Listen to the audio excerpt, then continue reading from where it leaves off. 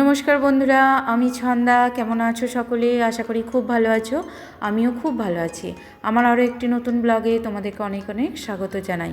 তো বন্ধুরা, আজকে হচ্ছে শুক্রবার। তো আজকেই আমি তোমাদেরকে এই ভিডিওটা শেয়ার করে দেব। তো আজ থেকে আমার সিধু বাবার, আমার ছোট বাবার পরীক্ষা শুরু হচ্ছে, অ্যানুয়াল পরীক্ষা। তো তোমাদের কাছে প্রথমেই চেয়ে নিচ্ছি ওর জন্য অনেক অনেক শুভকামনা। তোমরা প্লিজ ওকে অনেক শুভেচ্ছা দিও যাতে ওর পরীক্ষা ভালো হয়। আর এই দেখো, আমার বড়মশাই আমাকে সারপ্রাইজ দিয়ে দিয়েছে সকালবেলা। তো চা করে এনেছে আমার আর সিধু বাবার জন্য, সেটাই তোমাদেরকে বলছিলাম আর কি। তো আজকে সমস্ত বাসি কাজ আমার বড়মশাই করেছে।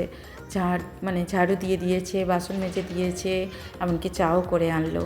তো আমি উঠে একটু মুছে নিয়েছিলাম, নিয়ে সিধুকে নিয়ে পড়াতে বসে গেছিলাম। আর এদিকে দেখো, আমার শাশুড়ি মা চালদা কাটতে বসেছে, কারণ এই জিনিসটা আমি ঠিক কাটতে পারি না। আর মায়ের হাতে এখন যেহেতু ব্যথা যন্ত্রণা হচ্ছে, তেমনভাবে মা এখন আর আনাজ কাটে না। তবে আজকে বললো তাহলে তুই পারবি না, যেহেতু আমাকে দে, আমি কেটে দিই। তো মাই আজকে কেটে দিচ্ছে, কারণ চালদারটা একদমই পেকে গেছে। আমার বড়মশাইকে কেউ একজন দিয়েছে। তো বললো আজকে ডাল না হলে চাটনি যা হোক বানিয়ে ফেলবে। চাটনিই বানাবো, কারণ শাশুড়িমা বললো এটা পেকে গেছে, ডাল বানানো যাবে না। তো বন্ধুরা, আজকে আমাকে সকালের দিকটা বিশেষ কোনো চাপ নিতে হয়নি। কয়েকদিন ধরেই আমার বড়মশাই আমায় হেল্প করছে। আর সংসারে যদি স্বামী স্ত্রী দুজনে এইভাবে মিলেমিশে কাজ করা হয়, তাহলে কিন্তু অনেক মুশকিলই আসান হয়ে যায় এবং অনেক কাজ সহজ হয়ে যায়। তো যাই হোক, দেখো এখানে মসুর ডাল বসিয়ে দিয়েছি। মোটা ধরনের ডাল, কিন্তু খুব টেস্টি হয়, আমার তো খুব ভালো লাগে। তো এদিকে দুটো গ্যাসই আমার এঙ্গেজ আছে বলে আমি ইন্ডাকশানে ওখানে ডালটা সেদ্ধ করতে বসিয়ে দিয়েছি, কারণ অনেকটাই সময় লাগবে। আর এদিকে সিঁদুর পড়াও হয়ে গেছে। আর সিধু বাবার আমার পরীক্ষা, আর ও টিফিন বানানোর নেই, কারণ দুপুরবেলা চলেই আসবে ততক্ষণে। তাই আমি সময় নষ্ট না করে ওদিকে ভাত বসিয়ে দিয়েছি, এদিকে বাঁধাকপির তরকারিটাও করে নিচ্ছি। আর ওদিকে দেখলে তো ডালটাও সেদ্ধ বসিয়ে দিয়েছি, কারণ অনেকগুলোই রান্না হবে আর একা হাতে যেহেতু করব, তাই ভাবলাম সময় নষ্ট না করে বসিয়ে দিই। হাতে 10 মিনিট টাইম আছে। এদিকটা কিছুটা গুছিয়ে তারপরে ওদিকে যাবো, সিধু বাবাকে স্নানটা করিয়ে দেব। আর ও তো ছাতু খেয়ে চলে যাবে, তার জন্য কোনো সমস্যা নেই। আর সকালবেলা আজকে টিফিন বানাবার কিছুই তাড়া ছিল না। তো বড়মশাই আজকে ছাতু খেয়ে চলে গেছে, আর এদিকে চলে যাবে আর কি ছাতু খেয়েই। সিধুও ছাতু খেয়ে নেবে, আর পবিত্র তো খাই।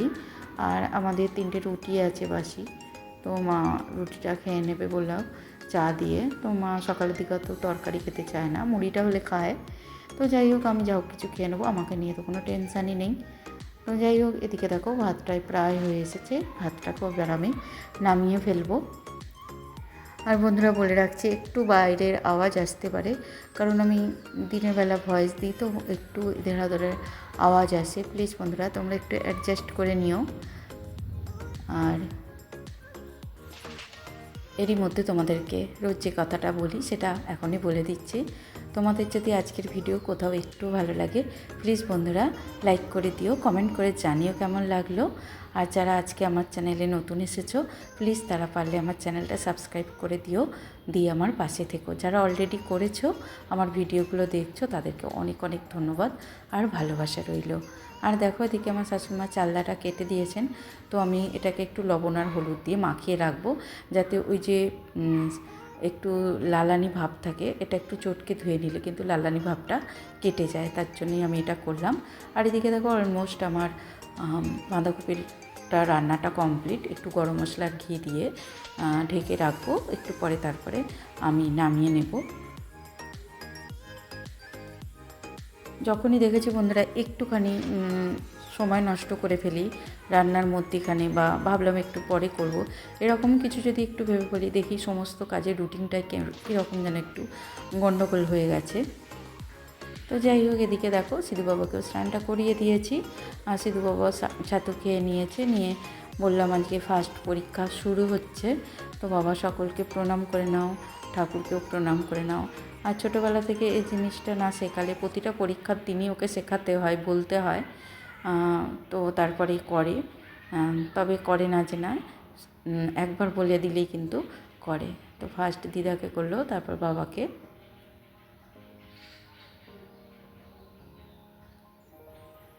কিছু কিছু শিক্ষা আছে যেগুলো শুধু স্কুলে নয়, যেগুলো বাড়ি থেকেই মানে বাড়িতেই শেখাতে হয়, স্কুলে নয়, কিন্তু কিছু নিয়ম কিছু শিক্ষা বাড়ি থেকেই তৈরি হয়। তাই ছোটোবেলা থেকে কিছু শিক্ষা অবশ্যই বাবা মাকে দেওয়া দরকার, যেমন আধ্যাত্মিক দিক বা বড়দের সম্মান করা, এগুলো কিন্তু একটু হলেও বাচ্চাদেরকে শিখিয়ে দিতে হয় যাতে তাদের মাথায় থাকে। তো সুমনাকে নমস্কার করতে গেছে, তো কিছুতেই করতে দেবে না, আর এদিকে আমাকে করলো। আর তারপরে দাদার সাথে মস্তি করছে। দেখো, দাদাকেও বললাম যেহেতু বয়সে বড় হয় তো দাদাকেও নমস্কার করো, ও দাদা কিছুতেই করতে দেবে না, ওর ছাড়বেও না, নমস্কার করেই তবে ছেড়েছে। তো যাই হোক, দেখো এদিকে আমার সিধু বাবা বেরিয়ে পড়েছে, ওর বাবা দিয়ে আসবে। আর ওর থেকে টেনশান একটু হলেও আমার বেশি হচ্ছে, ওর কোনো টেনশান নেই, বিন্দাস পার্সন একটা ও। আর মা সরস্বতী যেহেতু আমাদের বাড়ির সামনে এসে দাঁড়িয়ে আছেন, তো বললাম মায়ের একটু আশীর্বাদী ফুল কাছে রেখে দে, সবটাই মনের বিশ্বাস আর ভক্তির ব্যাপার। তো সেটাই দিয়ে দিলাম ওর ব্যাগের মধ্যে।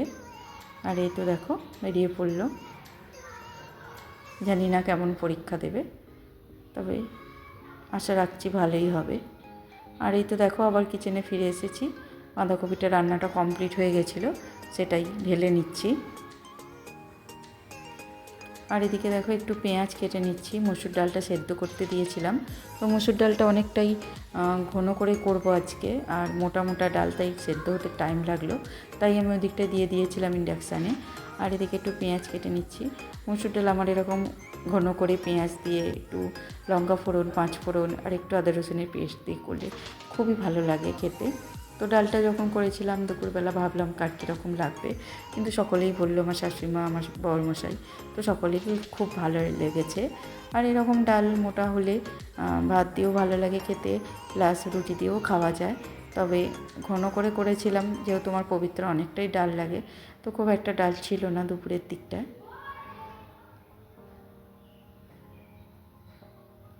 আর মুসুর ডালের যে একটা সেন্ট, দেখবে এই মোটা মুসুর ডালটা থেকে সেই সেন্টটা পাই বা সেই স্বাদটাও আমার লাগে, কিন্তু দোকানে যে সরু যে ছোটো দানার ডালটা থাকে অতটাও ওটা আমার টেস্ট লাগে না।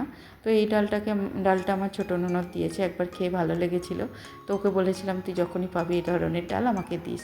আর এদিকে দেখো চালদাগুলোকে আমি লবণ আর হলুদ মাখিয়ে রেখে ভালো করে কোষ্টে ধুয়ে নিয়েছি, যার মধ্যে একটু আর লালানি ভাবটা ছিল না। তারপর থেঁতো করে নিলাম, নিয়ে এই তো দেখো চাটনিটাও এবার করে নেব। কিছুই না, শুকনো লঙ্কা আর সর্ষে ফোড়ন দিয়ে চালদাটাকে একটু নেড়েচেড়ে ভেজে নুন আর হলুদ দিয়ে ঢেকে রাখবো। তারপরে একটু টেস্ট অনুযায়ী চিনি দেব, যারা বেশি চিনি খায় তারা একটু বেশি চিনি দিতে পারে, আমরা যেহেতু খুব একটা চিনি খাই না, অল্পই, তো টক টক ঝাল ঝাল মিষ্টি মিষ্টি ব্যাপারটা যাতে ব্যালেন্স থাকে তার জন্য। আর দুটো তিনটে কাঁচা লঙ্কা চিড়ে দিয়ে দিয়েছিলাম। তো আমার শাশুড়ি মা বললো সর্ষে বাটা নাকি চালদায় দেয় না, তাই জন্য আর দিইনি, সিম্পল বানিয়েছিলাম, তবে খেতে খুবই ভালো হয়েছিল। আর এদিকে আমার বড়মশাই দু রকমের মাছ নিয়ে এসেছে, একটা হচ্ছে ভোলা মাছ আর একটা হচ্ছে বাটা মাছ। তো দেখো সেই বাটা মাছগুলোকেই আমি ধুয়ে নিচ্ছি, মানে দু রকম মাছকেই একসাথে ধুয়ে একসাথেই নুন হলুদটা মাখিয়ে রাখবো। আর এদিকে আমার চাটনিটা প্রায় কমপ্লিট হয়ে গেছে। এবার শেষে আগে চিনিটা কেন দিইনি বলো তো, চিনিটা আগে দিলে চালদাটা সেদ্ধ হতে টাইম লাগবে বা খুব একটা ভালো সেদ্ধ হবে না, তাই জন্য আর কি আগে থাকতে ওটা দিইনি।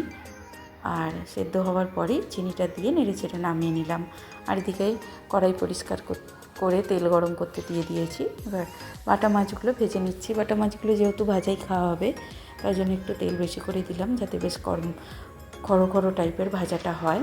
আর এটা আমার বড়মশাইয়ের ফেভারিট একদম হয়ে গেছে, বাটা মাছ খেতেও খুব ভালোবাসে, তো বললো তাহলে অল্প করে একটু বাটা মাছ আনবো, আমাকে ভেজে দিও।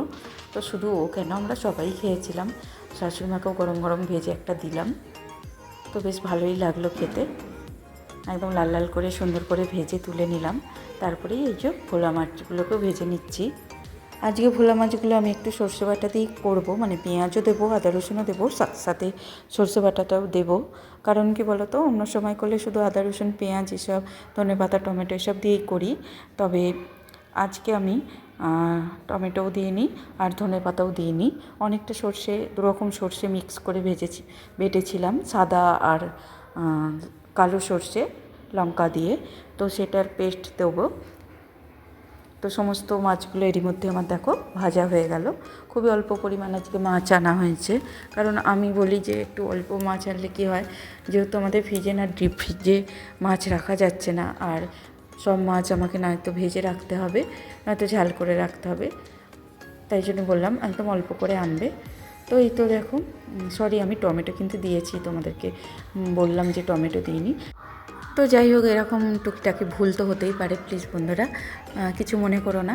তো দেখো এখানে কালো জিরে তো ফোড়ন দিয়েছি, কাঁচা লঙ্কা ফোড়ন দিয়ে পেঁয়াজ আর টমেটোটাকে ভালো করে ভেজে নিয়ে তারপরে আদা রসুনের পেস্ট দিয়ে দেব।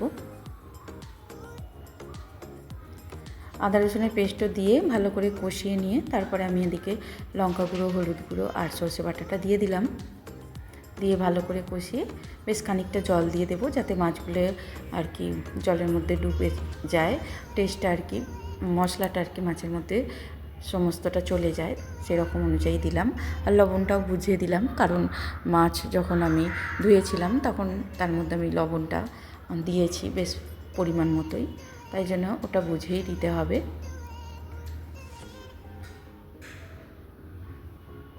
আর এই তো দেখো আমার মাছের ঝাল একদম কমপ্লিট, দেখতেও যেমন দারুণ হয়েছে আর খেতেও কিন্তু দারুণ হয়েছিল। আর এই তো দেখো রান্নাবান্না কমপ্লিট করে যা কাজ থাকে সেটাই করে নিচ্ছি, সেটা হচ্ছে কাউন্টারটা পরিষ্কার করে নেওয়া। কিচেন কাউন্টারটা পরিষ্কার করে নিলেই আজকের মতো মোটামুটি আমার কাজ কমপ্লিট হয়ে যাবে। তো বন্ধুরা আজকের ভিডিওটা তাহলে এই পর্যন্তই রাখলাম। সকলে খুব ভালো থেকো, সুস্থ থেকো।